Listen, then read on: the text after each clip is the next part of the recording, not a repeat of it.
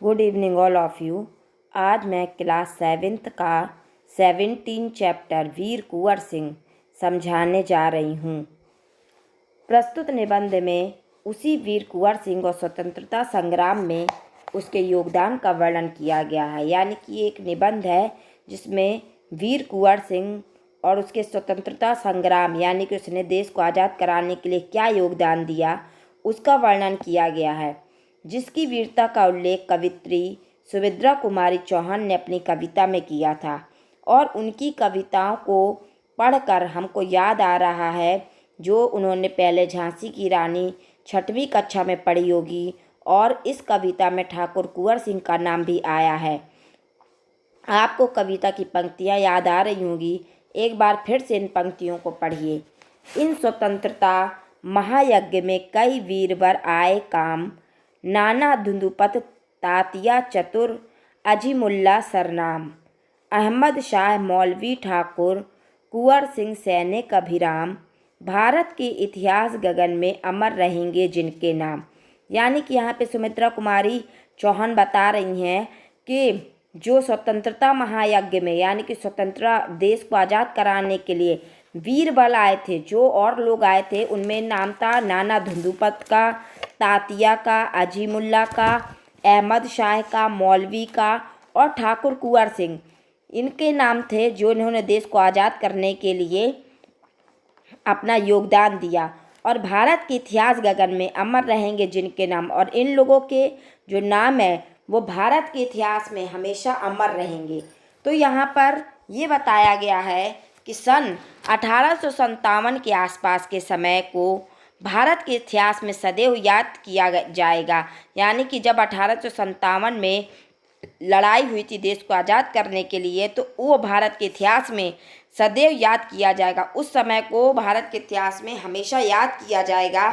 यह वही समय था जब स्वतंत्रता सेनानियों ने अंग्रेज़ों के खिलाफ हथियार उठा लिया था। ये उसी समय था कि जब देश को आज़ाद कराने के लिए स्वतंत्रता सेनानियों ने हथियार अपने हाथ में ले लिए थे और अंग्रेजी शासन की जड़ें हिलने लगी थी। और जो अंग्रेज लोग थे वो उनको डर लगने लगा था कि ऐसा ना हो हमको ये देश खाली करके जाना पड़े। अंग्रेज इस विद्रोह को दबाना चाहते थे। जो अंग्रेज थे वो इस लड़ाई को शांत करना चाहते थे। विद्रोहियों में से मंगल पांडे को फांसी दे दी गई। जब जिन लोगों ने देश को आज़ाद करने के लिए अपना योगदान दिया उसमें मंगल पांडे का नाम भी इतिहास में अमर है, तो मंगल पांडे को उन्होंने फांसी दे दी। इसी समय भारतीय सैनिकों ने अधिकारियों के खिलाफ आंदोलन न कर दिल्ली की ओर प्रस्थान कर दिया। उस समय जो भारतीय सैनिक थे या सेनानी थे, उन्होंने अधिकारियों के खिलाफ कोई आंदोलन नहीं किया, बल्कि वो लोग दिल्ली की ओर चले गए। दिल्ली पर कब्जा कर उन्होंने बहादुर शाह जफर को शासक घोषित कर दिया और दिल्ली पर उन्होंने अपना कब्जा कर लिया और बहादुर शाह जफर को शासक बना दिया वहाँ का। विद्रोह की यह खबर अत्यंत तेज़ी से दूर दूर तक फैल गई। ये पता चल गया लोगों को कि यहाँ पर ये लड़ाई छिड़ी हुई है, और ये खबर आग की तरह दूर दूर तक फैल गई। दिल्ली के अलावा कानपुर, लखनऊ, बरेली, बुंदेलखंड और आरा में भीषण युद्ध हुआ। इन जगहों पर बहुत तेज़ी से युद्ध हुआ और विद्रोह के मुख्य नेता नाना साहेब, तात्या टोपे, बख्त खान, रानी लक्ष्मीबाई, कुंवर सिंह, बहादुर खान, राव तुलाराम आदि प्रमुख थे। इनके जो नाम हैं वो लोगों के नाम प्रमुख थे देश को आज़ाद करने के लिए।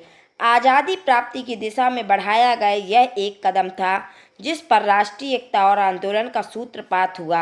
यानी कि इन लोगों ने अपने कदमों को बढ़ाया और जिस पर राष्ट्रीय एकता यानी कि मिलजुल कर रहने के लिए आंदोलन का एक सूत्रपात, एक नया सूत्र बना। वीर कुंवर सिंह का जन्म बिहार राज्य में शाहाबाद जनपद के जगदीशपुर में सन 1782 ईस्वी में हुआ था। उनके पिता साहबजादा सिंह जगदीशपुर रियासत के जमींदार थे। जो उनके पिताजी थे कुंवर सिंह के, वो साहबजादा जगदीशपुर रियासत के जमींदार थे। उनकी माता का नाम पंचरत्न कुंवर था। पारिवारिक उलझनों के कारण उनकी ठीक से देखभाल ना हो सकी, यानी कि पारिवारिक परेशानियों के कारण उनकी माता की ठीक से देखभाल ना हो सकी। उनके पिता के स्वाभिमानी और उदार स्वभाव का प्रभाव कुंवर सिंह के व्यक्तित्व पर भी पड़ा। उनके जो पिता थे वो स्वाभिमानी यानी कि सम्मानपूर्वक रहने वाले व्यक्ति, यानी कि स्वाभिमानी नेचर के थे, जिनका प्रभाव कुंवर सिंह के चरित्र पर भी पड़ा। कुंवर सिंह का मन पढ़ने लिखने से ज़्यादा घुड़सवारी, तलवारबाजी और कुश्ती में लगता था, यानी कि वो पढ़ाई में तो कम मन लगाते थे लेकिन और अदर चीज़ों में उनका मन ज़्यादा लगता था। सन 1827 में जब कुंवर सिंह ने अपनी रियासत की जिम्मेदारी संभाली, उस समय अंग्रेज़ों का अत्याचार चरम सीमा पर था। जब कुंवर सिंह 1827 ईस्वी में बड़े हो गए और उन्होंने अपनी रियासत यानी कि अपने पूरे महल की, अपने इलाके की जिम्मेदारियों को संभाला, तो उस समय जो अंग्रेज़ थे उनके अत्याचार बहुत ज़्यादा बढ़ चुके थे। लोगों में असंतोष तथा कृषि उद्योग और व्यापार का बुरा हाल था। लोगों में असंतोष था, लोग बिल्कुल भी खुश नहीं थे और कृषि उद्योग और व्यापार का भी बहुत ज़्यादा बुरा हाल था। यह देख उन्होंने अंग्रेज़ों से मुकाबला करने का निश्चय किया। उन्होंने सोचा कि अब हमें अंग्रेज़ों से मुकाबला करना पड़ेगा, नहीं तो ये हमारे देश को खा जाएंगे। जगदीशपुर के जंगलों में रहने वाले बसुरिया बाबा ने कुंवर सिंह के मन में देशभक्ति एवं स्वाधीनता की भावना उत्पन्न की।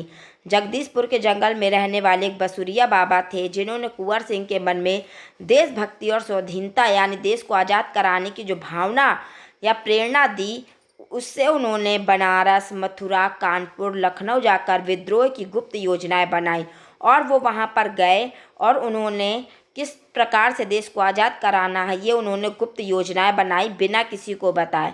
वे बिहार के सोनपुर मेले में बैठकों की योजना बनाया करते थे। बिहार में एक सोनपुर का मेला लगता था जिसमें वो बैठक करते थे और वहाँ पर योजना बनाया करते थे।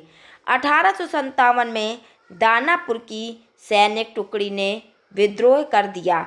1857 में दानापुर के जो सैनिक थे उनकी टुकड़ी ने यानी कि एक हिस्से ने विद्रोह कर दिया, लड़ाई कर दी और कुंवर सिंह का जयघोष करते हुए आरा में जेल की सलाखें तोड़कर कैदियों को आज़ाद कर दिया। और उन्होंने कुंवर सिंह का जयघोष यानी कि कुंवर सिंह का उन्होंने नारे लगाए और आरा जेल में की सलाखें तोड़ डाली और जो कैदी वहाँ पर बंदी थे उनको आज़ाद करवा दिया। कुंवर सिंह ने आरा पर विजय प्राप्त की और कुंवर सिंह ने वो आरा को जीत लिया।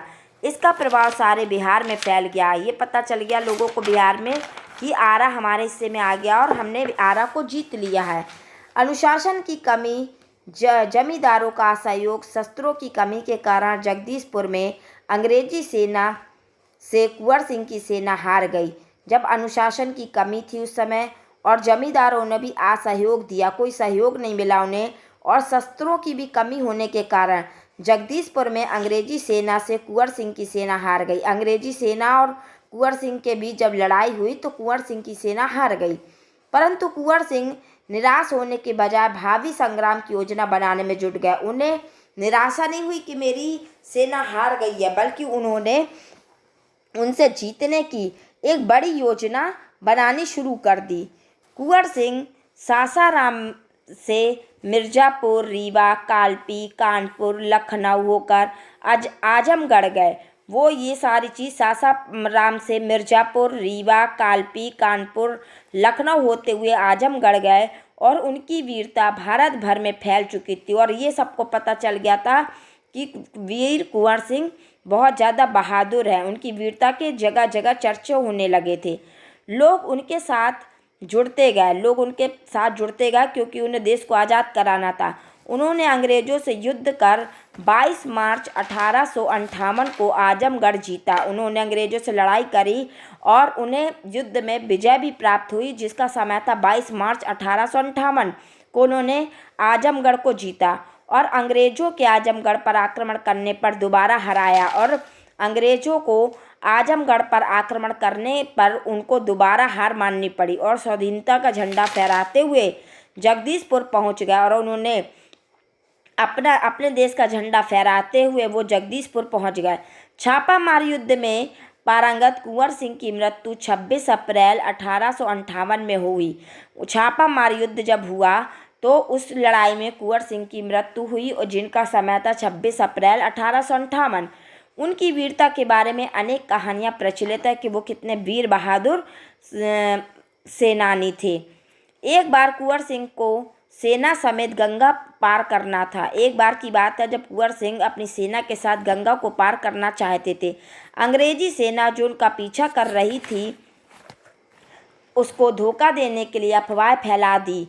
उन्होंने अंग्रेजी सेना उनकी पीछा कर रही थी और उन्होंने उसको धोखा देने के लिए अफवाह फैला दी कि वे सेना सहित बलिया के पास हाथियों पर चढ़कर गंगा पार करेंगे। उन्होंने ऐसी झूठी अफवाहों को फैलाया कि वो सेना सहित बलिया के पास हाथियों पर चढ़कर गंगा को पार करेंगे।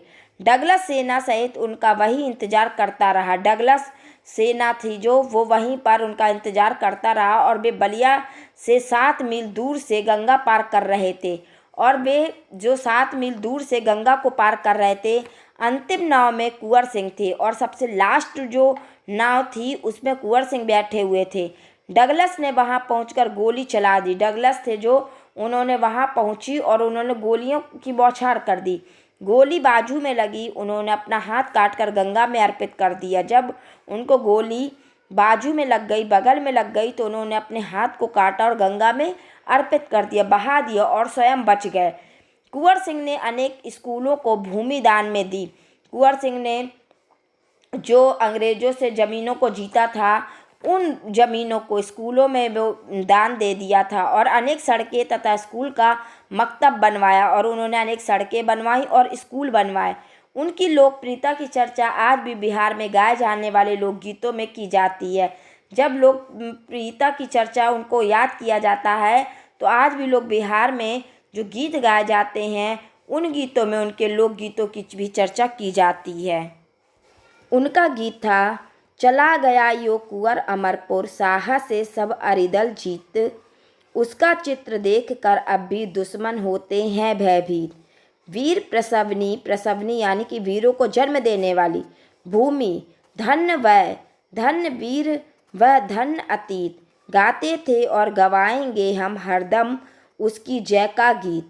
स्वतंत्रता का सैनिक था, आज़ादी का दीवाना था, सब कहते हैं कुंवर सिंह भी बड़ा वीर मर्दाना था। आई होप कि आपको वीडियो समझ में आई होगी। Thank you.